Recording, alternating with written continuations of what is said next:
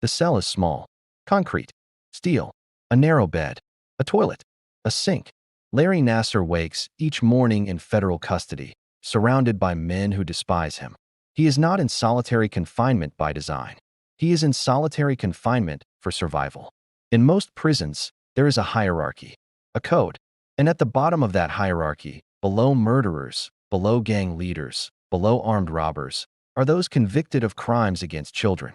Larry Nassar is serving what amounts to multiple life sentences. And every day he remains alive is a day he survives despite a system and a population that would prefer him dead. For nearly 2 decades, Larry Nassar was one of the most trusted figures in American sports. He was a physician, a doctor for USA Gymnastics, a faculty member at Michigan State University. He treated Olympic athletes, world champions, young girls who trusted him, who believed he was helping them. But behind the facade of medical care, Nassar was committing systematic sexual abuse. Hundreds of victims, some as young as 6 years old. The abuse occurred in exam rooms, in his home, at national competitions, at the Olympic Training Center. It was pervasive, calculated, hidden in plain sight. And for years, institutions failed to stop him. Reports were dismissed. Complaints were ignored. He continued. Until finally, in the summer of 2016, the story broke.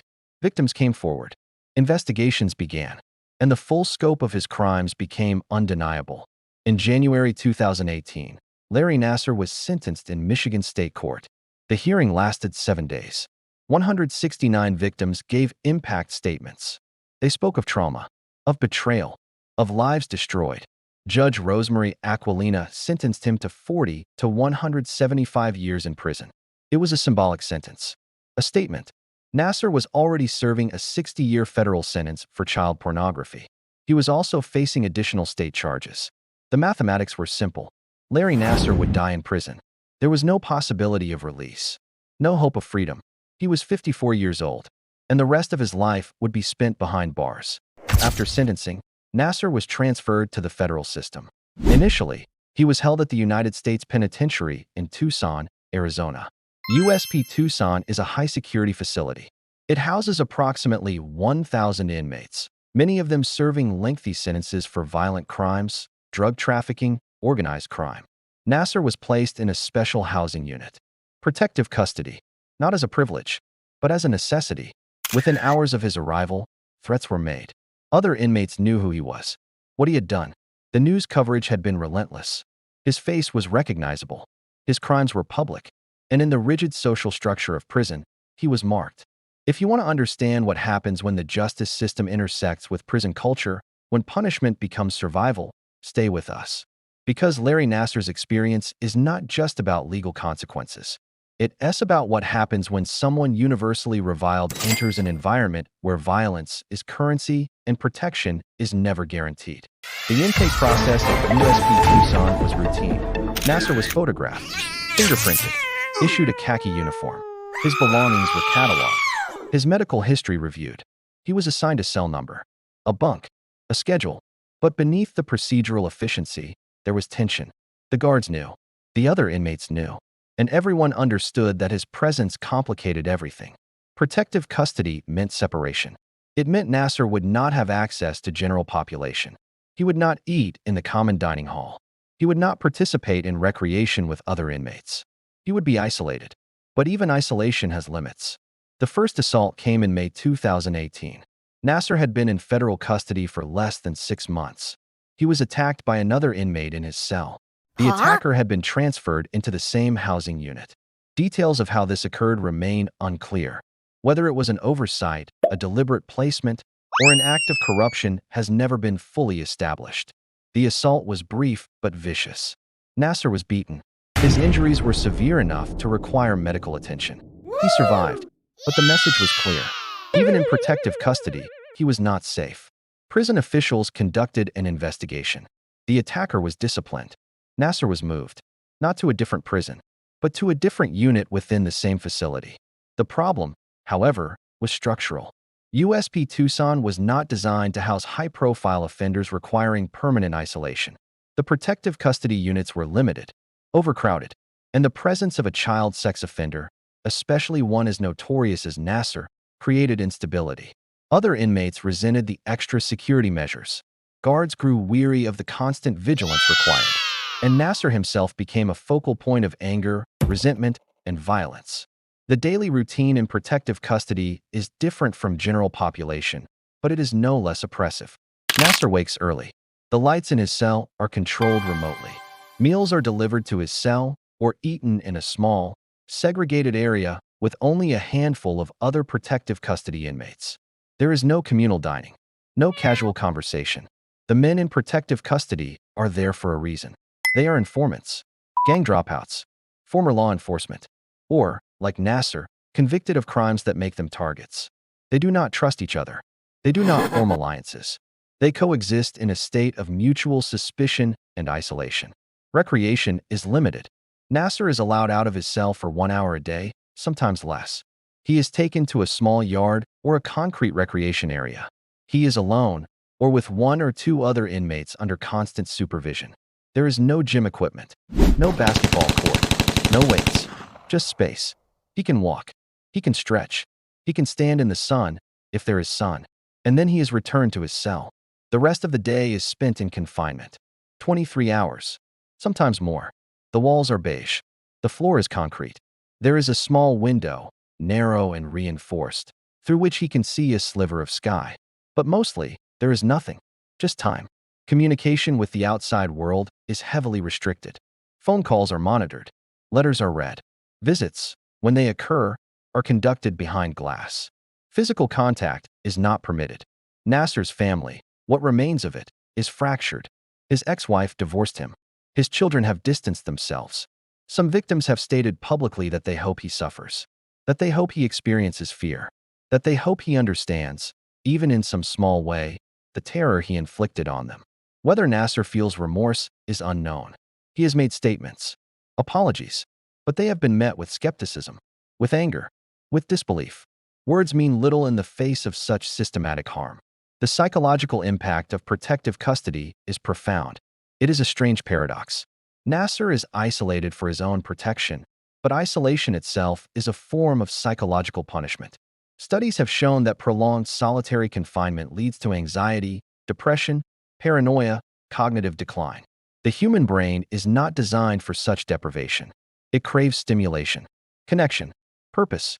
In protective custody, there is none of that. Just empty hours. Repetition. The slow erosion of mental clarity. Some inmates deteriorate rapidly. They become withdrawn, unresponsive. Others become volatile, unpredictable. The mind, cornered and desperate, begins to malfunction. For Nassar, the threat is not just psychological. It is physical, constant. In July 2023, 5 years after the first assault, he was attacked again, this time at a different facility. He had been transferred to the United States Penitentiary in Coleman, Florida. USP Coleman II is another high-security federal prison. It houses approximately 1,500 inmates. Nassar was again in a special management unit, again under protective measures. But again, an inmate gained access. The attack was brutal. Nassar was stabbed multiple times. 10 wounds. In the neck, in the chest, in the back. He was found by guards. He was rushed to medical. He survived, but barely. The attacker was identified. A convicted felon serving time for assault. He was placed in solitary confinement, charged with attempted murder. But the incident raised serious questions. How did this happen? How, in a facility designed for control, did an inmate obtain a weapon and access a high-profile target in protective custody? Investigations were launched. Reports were filed. But the underlying reality remained unchanged. Larry Nassar is one of the most hated men in the American prison system. And there are inmates willing to risk additional charges, additional time, additional punishment for the opportunity to harm him. The violence is not random. It is ideological. In prison, there is a code. Unwritten, but understood. Crimes against children are unforgivable. Even among those who have committed terrible acts themselves, there is a line. And Nassar crossed it. Repeatedly. Systematically. For years. The men who attacked him did not know his victims. They were not acting on behalf of anyone specific. They were acting on principle, on a deeply ingrained belief that certain crimes warrant certain consequences. And in the absence of a death penalty, in the absence of legal execution, Prison violence becomes the mechanism of retribution. Nassar's medical care is a constant concern. After the stabbing, he required surgery, recovery, monitoring. But medical resources in federal prisons are limited, understaffed, overburdened. He receives treatment, but it is minimal, functional, designed to keep him alive, not to restore quality of life. His physical health is deteriorating. He has gained weight. He moves slowly. The injuries from the assault have left lasting damage. And the stress, the fear, the constant vigilance required to survive takes a toll. His body is aging rapidly, prematurely, under conditions that accelerate decline. There are no friends in protective custody, no allies. The other inmates in his unit are there for their own reasons. They do not speak to him. They do not acknowledge him. There is no camaraderie, no shared identity, just parallel existences. Strangers locked in adjacent cells, waiting for nothing. Nassar spends his days reading, writing letters that may or may not be sent, watching a small television. The channels are limited, the content heavily censored. News, documentaries, old movies, nothing current, nothing that might incite, nothing that reminds him of the world outside. The guards maintain professional distance. They do not engage. They do not sympathize.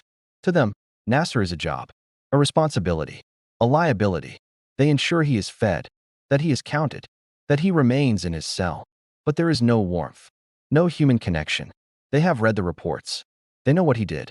And while they are bound by duty to protect him, there is no obligation to treat him with anything beyond basic procedural courtesy. He is a number, a file, a problem to be managed. Sleep is difficult. The lights in protective custody never fully turn off. There is always a glow, a hum. The sounds of the prison are muffled but present. Doors clanging, footsteps, voices in the distance. Nassar lies on his bunk, staring at the ceiling. The fear is constant. Every sound is a potential threat. Every movement outside his cell could be someone coming for him. The mind, already fragmented by isolation, becomes hypervigilant, paranoid. He does not know when the next attack will come, or if it will come. He only knows that it is possible, always possible, and that knowledge is its own form of torture. There is no rehabilitation for Larry Nassar, no programs designed to reform him, no therapy sessions aimed at understanding or addressing his behavior. The federal prison system is not concerned with his psychological development. It is concerned with containment, with punishment, with ensuring he remains locked away until he dies. And he will die there. The sentences are cumulative, overlapping. Even if one were overturned, which is unlikely, there are others.